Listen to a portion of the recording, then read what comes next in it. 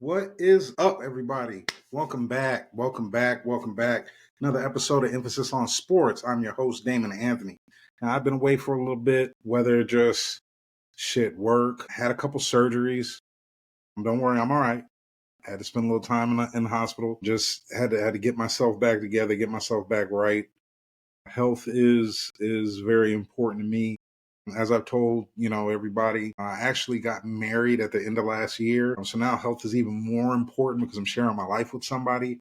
We want to have kids, all those things. Let me make sure and get myself right. And then in process of getting myself right, I really couldn't get down with y'all the way I wanted to, the way we've been talking, right? But we're back. Emphasis on sports. Back to talk about sports. Like I said before, it's called Emphasis on Sports because we're not talking about any of the fluff. We're talking about the sports. We're talking about in between the lines and things having to do with the sports. I don't care about people's personal lives or any of that stuff. But yeah, we're going to talk about the sports. Shit, it's been over a month since we've talked. You know how much stuff has been going on. Man, listen. First of all, I'm gonna say it like this. I'm a Dallas Maverick fan. So the biggest thing for me, bigger than the Super Bowl, bigger than any of that other stuff, was Luka getting traded to the Lakers. I have to believe that there's something that we don't know. There has to be. Other than that, Nico, what are you doing? You try to put a good spin on things, especially if it's the team that you root for. So I try to put a good spin on it. I got nothing. I literally got nothing. There has to be something that we just don't know. Because since that's happened, man, the Mavericks are just like, it's a wrap.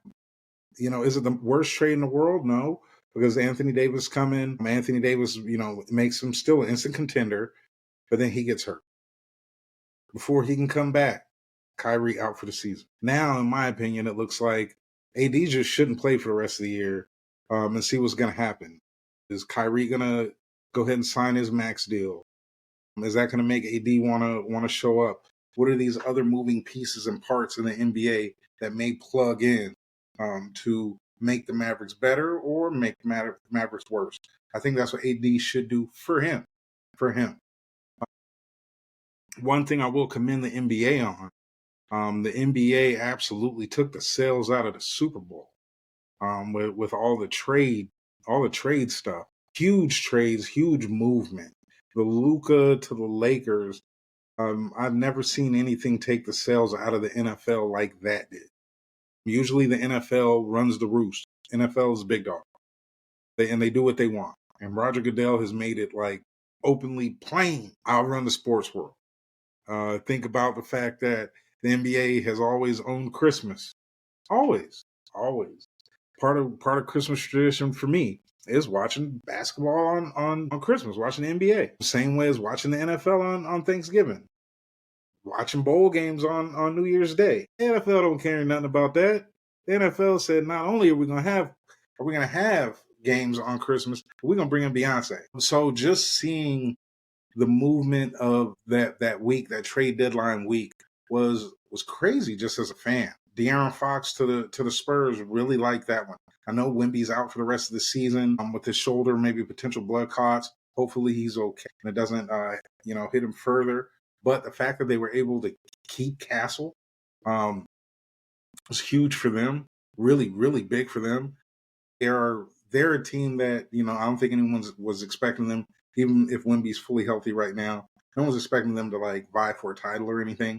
But we also do know like they could down, a couple years.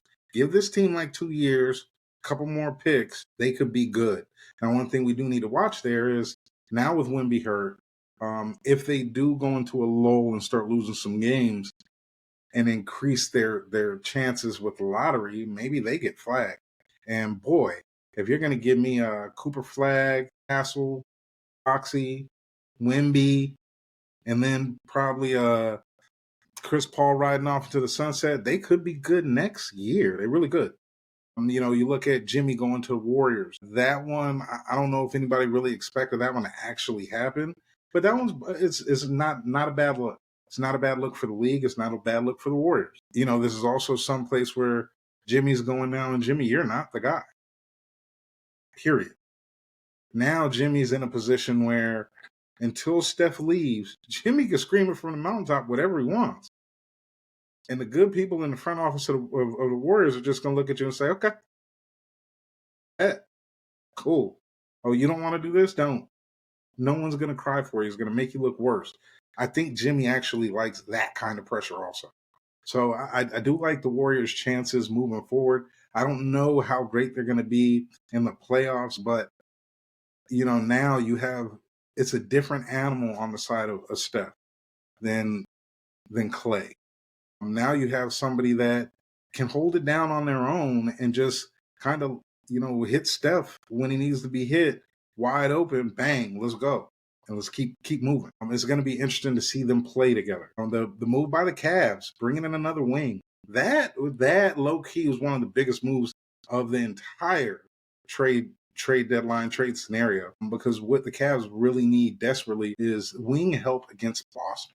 Not really against anyone else, but against Boston, because the Cavs are looking like that team that very well may represent the East in the NBA finals. I don't know. I'm watching these games, and I'm seeing what I see. It sounds odd to talk about the Cavs without LeBron, but if we're gonna keep everything square, I mean, look, the Cavs have already clinched a playoff spot. Here it is, early March, and they've already clinched. Right now, we're sitting here 20 games left, and they're 8 games up on the Celtics in the East. The Cavs definitely look like the team to beat there. When you look at just how the standings lay, the Cavs, Celtics, Knicks, Bucks, they look like they're going to be really good teams. I'm not really that sold on the Bucks, especially them missing Bobby Portis for still more games coming up. That one's going to be a little tough on them. Still got to see how the Kyle Kuzma thing works with them, and understand when I'm going to sit here and I'm going to say, with a lot of players, we still need to see how it goes. I'm not a prisoner of the moment. I'm not one of these people that you have 2 games with a team. Oh, this is going to be great. Now I need to see you stretch out 20, 30 games before I can understand and believe what's going on. One team that I do believe in is the Detroit Pistons. The Detroit Pistons, big shout out to Bickerstaff, big shout out to the Pistons organization, Cade Cunningham. They have done a ton to move from last year to this year. They look like a team that is on the rise, up and coming. Not this year, but they're kind of reminding me of like a OKC, where you look and you're like, all right, they're going to be there. They're going to, not this year, maybe not even next year, but let them keep going in this trajectory. They're going to be there. You look at the Eastern Conference right now. I said it before, say it again. I hate the play-in. I hate the fact that 9 and 10 even have a shot. But that being said, if everything was set exactly how it is right now, Cavs in number 1, Orlando Magic in number 8, I think we would have one hell of a playoffs just to start it off. You'd have Cavs, Magic, you'd have Celtics, Heat, you'd have Knicks, Pistons, you'd have Bucks, Pacers. I would love to see all of those matchups. I think all of those matchups would be great. Some of those matchups, you're going to have a little bit of that typical rivalry, the typical division rivalry, where some of these teams see each other a lot anyway, especially when you're talking like the Bucks, the Pacers. And then you have some of that old school feel when you're talking about the Pistons and the Knicks. You're looking at the Heat and the Celtics. That's a thing that's been brewing for years and years and years and years and years. Everyone would love to watch that.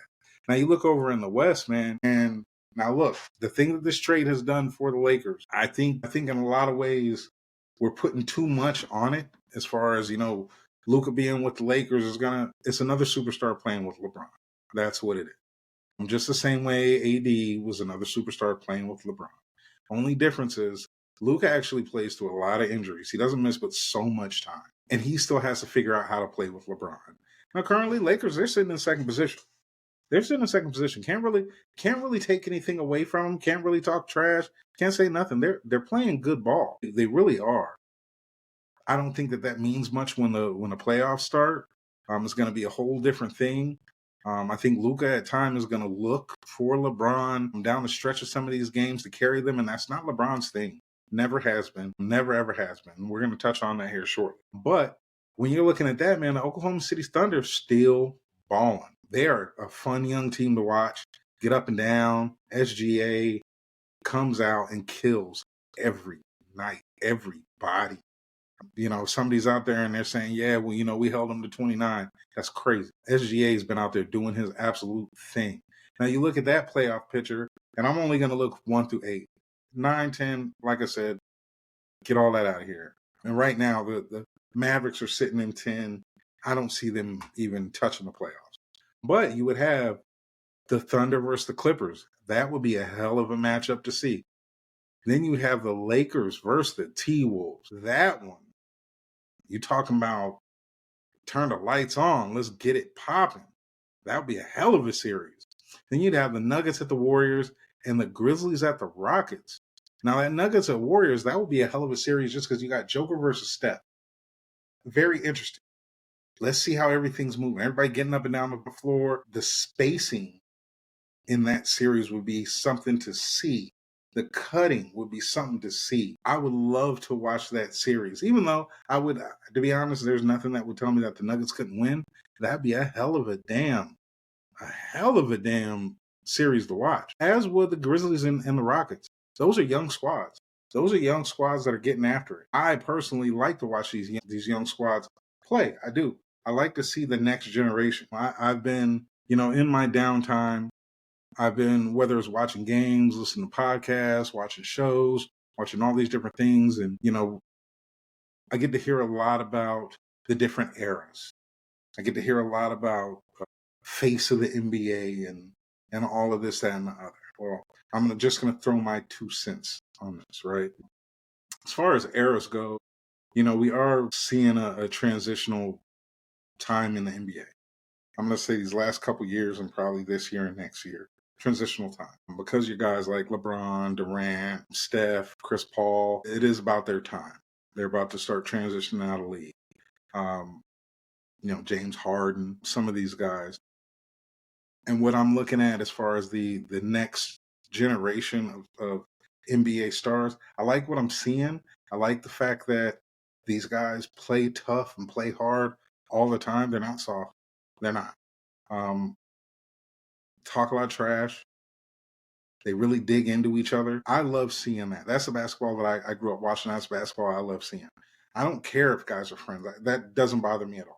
I'm not one of those that say, well, back in the day, these guys weren't friends. I can care less. Be friends. Once that ball goes out there, we ain't friends until it's over. I love seeing that. So I like guys like Anthony Edwards. I love his swag about it. Love his approach to it. Hearing him say he doesn't want to be the face of the league, that's not the face of the league thing isn't a choice per se. If you're the face of the league, you're the face of the league. Also had to hear, or see LeBron give his 2 cents on why would someone want to be the face of the league and all this, that, and the other. That's great, but LeBron is, in my humble opinion, the most like FOMO, I need to be all over the face, I have to be the face of the league player that we've ever seen in any sport. I mean, let's stop while we're ahead. I mean, think about the decision when he chose to take his talents to South Beach. He didn't need to do all of that. He didn't need the Boys and Girls Club in Connecticut and all. He didn't need to do it. He wanted to do all that because he's the face of the league and he wanted that exposure. Has anybody ever looked at LeBron when he dunks and then yells into the crowd? Look at his eyes. He's looking around. I hope everybody's watching. I hope everybody's seeing. Stop it. They just stop it. And in this thing that if you're the face of the league, no one should ever, it feels like, no one should ever take shots at you. This is what people do. It's called having an opinion. No one's saying that everybody's right, but it's called having an opinion. Well, I'm a 49er fan. I take shots at them too. So because you're the face of the league, we can't talk about you? The one guy that nobody ever talked about was Jordan, and that's because Jordan had his own thing. If you talk about me, you'll never talk to me again. I'll never do an interview with you. I will shun you from my existence. So everyone fell in line with that. Unless you're him, you're not doing that. Sorry, Bron. Sorry, bro. We're watching Bron break records, break different plateaus. And it keeps coming back with that same conversation about him being the greatest ever. He's not. He's not. I was going to dedicate like a whole show just to talk about the LeBron Jordan comparison. And, I figured it's a big waste of time because you got Jordan and Kobe over here, and LeBron's not even close. He's just not. And no disrespect. No disrespect. But the only thing that anybody ever can say about LeBron, he's bigger, stronger, faster than anybody's ever played. He's played much longer for much more consistently than anybody that's ever laced him up. I will give that. Cannot take that away. But then what else you got? We're talking about skill for skill. What's he the best at? What's he the best at? When you sit back and you listen to players that played against these guys, they don't even put LeBron in the same category. When we talk about LeBron being the greatest, it's all numbers based. It's because he scored this many points, because he scored cool. Well, before LeBron broke the scoring record, I never used to hear people say that Kareem or Karl Malone were the best players ever. So I'm not gonna do it just because this guy broke these records. I'm going off of what I saw. Throughout LeBron's career, break his career down by 6-year increments. Which of those 6 years was he the best? For the whole 6 years, was he the best in the league? You're not going to find any. You're not. You're just not. When he came in the league, remember there's Kobe Bean Bryant, right? Then you also had Dwayne Wade in the league. You also have Steph Curry. You also have Kevin Durant. You also had Joker. You also got Giannis. One thing about, at the very least, Michael Jordan, there wasn't a time when he wasn't the best player in the league. It just wasn't. Maybe his first couple years. I'll give him his first couple years. Say by about 88, from 88 to 98, there wasn't a better player in the league. So when I get to hear all this stuff about LeBron, especially with the, with the big time, and I just hate it that, it's like he gets protected a little bit because he's played for so long and he's had an impeccable career as a role model. Impeccable career as a role model. None of that shit makes him the best. It makes him one of the best. Is he one of the best basketball players I've ever seen? Absolutely. But is he the best? No. He's not. And I'm still waiting on people to answer the question. Other than being bigger, stronger, faster, and playing a very consistent game of longevity, what is he better at people at? I mean, with Mike, it was the drive. With Kobe, as far as in his era, it was that grit, the tenacity. With Steph, nobody's a better shooter ever. With KD's probably one of the best creators of a shot that you're ever going to get. You can't stop him from shooting the ball. He's going to get a shot up whenever he wants. Okay? With LeBron maybe passing, but is he a better passer than Magic? Is he a better passer than J.K.? I don't really think so. But I don't know. I'm not gonna stay on that one. That's just how I feel about that. But just big congrats to the NBA, because at least for me, the trade deadline and everything that happened there, it pulled me back into the NBA. The NBA was getting real weak. But now, with a lot of the movement, we're seeing these teams kind of pick it up and get ready for this playoff run, which is something I really, really enjoy. Also, we're getting ready for college basketball, baby. We are in tourney season right now. A lot of daytime basketball, which, it tickles a fancy for me, especially being out surgery. I'm on the better side of it right now, feeling a lot better. And now, I can kind of do some stuff when I get up around the house, and then I could light the fireplace and kick back and watch basketball, and nobody's going to tell me nothing about it because I'm injured and I'm hurt and I can't go to work. Do I enjoy that? Yes, but college basketball, we're ramping up. I'm looking forward to the fact that I don't know who's going to win. I really don't. Is it going to be Auburn? Is it going to be Duke, Houston, Tennessee, Florida, St. John's? Big shout out Rick Pitino over there. There's no really, really just great team right now, let alone 2-3 of them. I'm going to say damn near anybody in the top 25 could win if they catch a little lightning in the bottle. If they catch that lightning in the bottle at the right time, kind of anybody could win there. I want to see. I'm an Arizona Wildcat fan, so I definitely want to see how that rolls out. I'm looking forward to the women's college tournament. Listen, there's we absolutely know about these teams. We know about South Carolina. We know about UConn.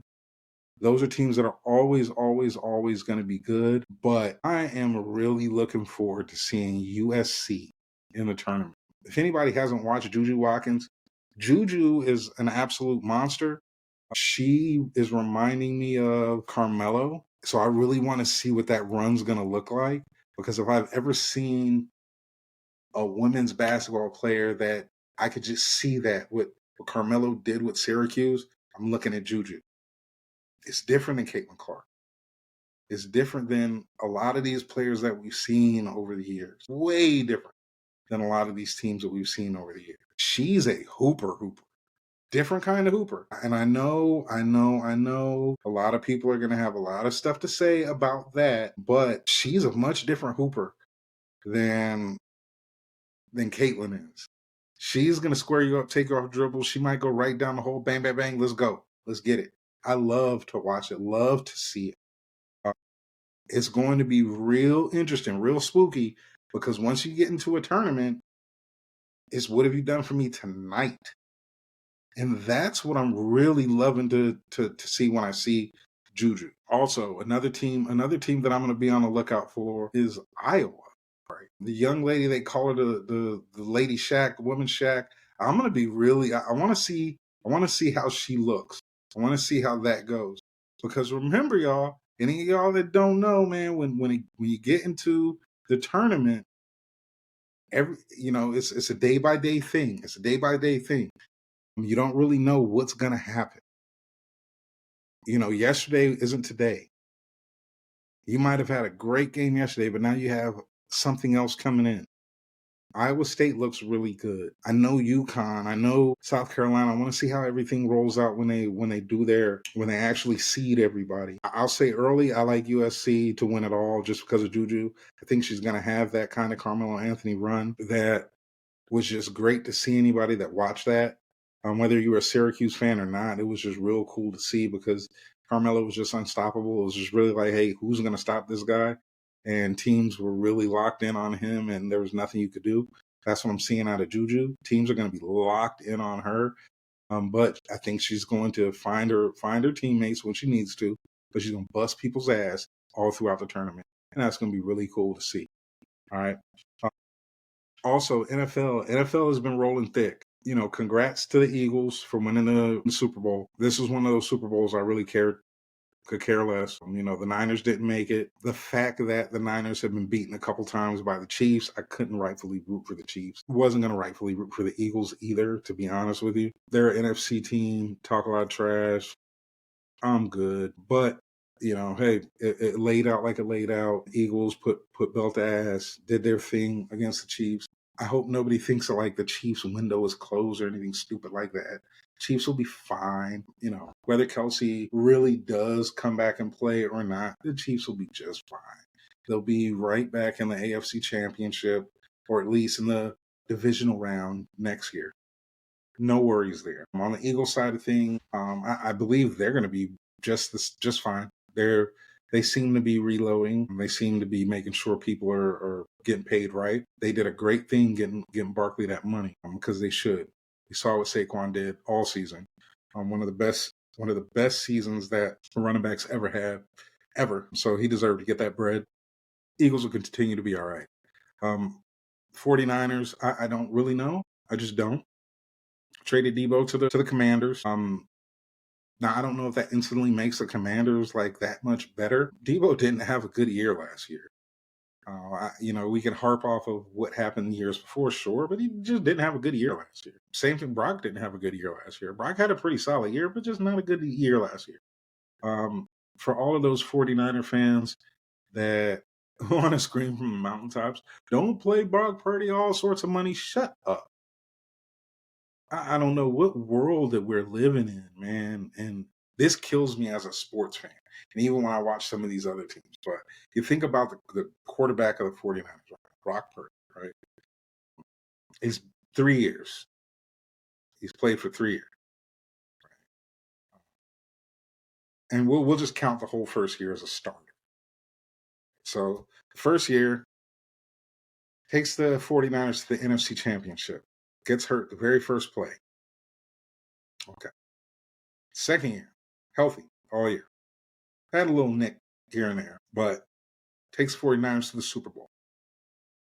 Doesn't win, takes the Super Bowl. Now, in those 2 years, the stats that he put up were able to go up against anyone ever in the history of the NFL. They're some of the best stats for any player ever in his first however many games. And then you add the next game, it's like, holy shit, these are still good stats. Keep adding games. Oh, a starter in his first 14 games, 16 games, 17 games, 20 games. Holy shit, these are fucking fantastic stats, right? So it's third year, which is last year. Started the season off pretty decent, stat-wise, pretty well. Coinciding with players getting hurt. He just didn't have that great of a year. Just didn't have that great of a year. Those are his first 3 years. So why wouldn't he get paid? Meanwhile, you're looking at guys like Dak, Trevor Lawrence. You get what I'm saying? You're looking at some of these players and you're like, they make how much? And they've done what? They haven't even gotten close? Dak Prescott makes a whole lot of money. Whole lot of money. Haven't Brock beat him twice? Maybe I'm tripping. Trevor Lawrence ain't been worth 2 dead flies. But we got a dude that's actually been playing well. Just happened to have a down year, but not terribly down. It's not like he fell off a cliff. Just a down year. In year three, where it's also decimated by injury. The whole team. I don't know. Maybe I'm tripping. Pay the man. Pay the man. Elsewhere around the league, just seeing a lot of the other free agent signings, a lot of guys getting extensions. I'd like to see just, once we get into OTAs and training camp, what's going to happen? How's that going to roll out? Let's see what some of these teams look like. Where is Myles Garrett going to go? It's funny hearing the Browns as an organization say, there's no way we're going to trade Myles Garrett. Well, rightfully so. You have him under contract. You don't have to trade him at all. But Myles Garrett is telling y'all, you don't have to trade me. I'm not re-signing. He's at least telling you. So what is that? What should that tell the Browns? We should trade him. We should definitely trade him to get something. Because if not, we're going to get absolutely, positively nothing. But the Browns have not shown to be the smartest organization. So they may drag this out all the way until they get nothing for him and he just walks. I want to see what happens with the Browns. Draft is incoming. Where does Shador go? Where does Cam Ward go? I want to see where Ashton Jeanty goes. That's going to be a big one. That running back, wherever he goes, that's going to be a huge one. Seeing a lot of teams, I guess, feel like Shador Sanders is a little too arrogant. Look, man, Shador's had a great college career, really solid college football player who doesn't need to kiss anyone's ass. And it seems like teams don't get that and don't like that and don't understand that. You don't need to kiss y'all ass. He don't even need y'all money. He doesn't. Remember who he is. Remember what tree he came from. Would you rather a player act like they need to kiss your ass or act like who the hell they are? I respect it. I definitely respect it. But he's also a solid young dude that if you listen to him talk, you watch him play, you understand where he comes from and who he comes from. He actually is probably a little bit more ready to be a pro than anybody else in the draft. So let's say he gets drafted by the Cleveland Browns. He's probably mentally more ready than any other player in the league to come here and deal with the media, to come here and deal with the expectations, wins, loss, or whatever it may be. Not going to get too high, not going to get too low. Think about if he were in New York. He'd be just fine. He's not one of these other players. So I want to see what this draft is going to bring. I mean, we got about a month and a half from the draft. This is another great time just for sports in general. We're about to have all these tournaments, about to have NCAA tournament for men, for women. NBA is actually heating up, which is good. A lot better product out there, a lot better games. I'm getting that playoff push. Hockey is also getting that playoff push. I know Alexander Ovechkin, he's getting close to breaking Wayne Gretzky's mark. And even with that, and this is back to that LeBron thing, if and when Ovi breaks Wayne Gretzky's goals mark, no one's going to say he's the best hockey player ever. People are going to say congratulations on winning them, on breaking his mark. Well, Gretzky's the best ever. I digress. But all of these things are ramping up, getting ready for baseball also. We know we're about a month away from the season starting. Baseball, such a long ass season, but that season's going to get going. I am going to have to go check out some Guardians games. Do love to watch baseball live, and watching baseball here in Cleveland is fantastic. Some of the best food that you're going to have at a baseball game. I may mess around and do a show actually from the stands there. Who knows? But until next time, thank y'all for joining me again. Thank y'all for having my back. I know it's been a minute. This show was a little bit wonky to me because it's my first one coming back, and I don't really do notes. I kind of just go off the cusp a little bit. But I'm going to drop a bunch of them back to back to back, get myself back in. You know, practice makes perfect. You play like you practice the whole 9 yards. But thank y'all again for joining me on Emphasis on Sports. Once again, my name is Damon Anthony.